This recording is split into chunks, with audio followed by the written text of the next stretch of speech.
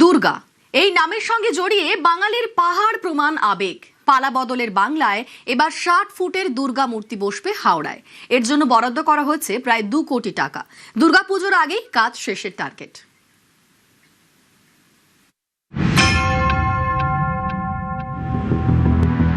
जय मां काली, जय मां दुर्गा। দুর্গা শুধু দেবী নন, বাঙালির উৎসব, বাঙালির আবেগ।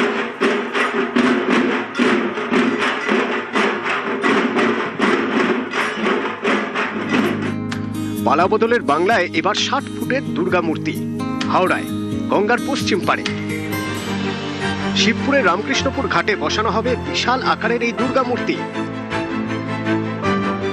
এর জন্য জমি দিয়েছে port trust.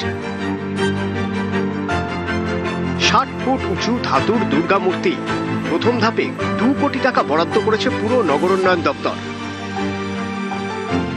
Port trust land দিয়েছে, এনবিসিসির একটা বড় প্ল্যানিং আছে। আমরা রামকৃষ্ণপুর ঘাট, এই পুরো ঘাট এলাকাকে আমরা ভালো করে নতুন ভাবে, এনবিসিসির একটা প্ল্যান আছে, সেটা পাসও হয়ে গেছে, কাজ শুরু হয়েছে। এখানে একটা বড় দুর্গা প্রতিমা, মেটালের একদম আধুনিক দুর্গার প্রতিমা, তার পাশে দুদিকে দুটা করে বড় বড় ধনুচি তৈরি হওয়ার প্ল্যান আছে। এটা তৈরি হলেই এই এলাকার চেহারা পাল্টি হয়ে যাবে।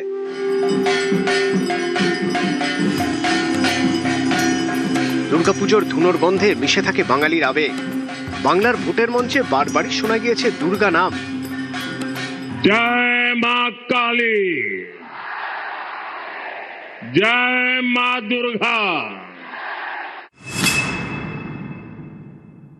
बीजेपी के सरकार के प्रयासों से ही दुर्गा पूजा को यूनेस्को ने कल्चरल हेरिटेज का दर्जा दिया है। ये टीएमसी वाले सोनिया जी की सरकार में भागीदार थे, क्या तब ये सब काम नहीं करा सकते थे? क्या क्यों नहीं किए? প্রতি বছর সল্টলেকের ইজেডসিসিতে পুজোর আয়োজন করে পদ্ম শিবির। রাজ্যে পালা বদলের পর এবার বিশাল দুর্গা মূর্তি বসছে হাওড়ায় গঙ্গার পাড়ে। গঙ্গার পশ্চিম পাড়ের শহর হাওড়া শহর পূর্ব পাড়ের শহর থেকে অনেক পুরনো, তবে অবহেলায় পড়েছিল এই শহর। সেই অবহেলিত শহরকে নতুন করে সাজাতে উদ্যোগী হলো রাজ্য সরকার।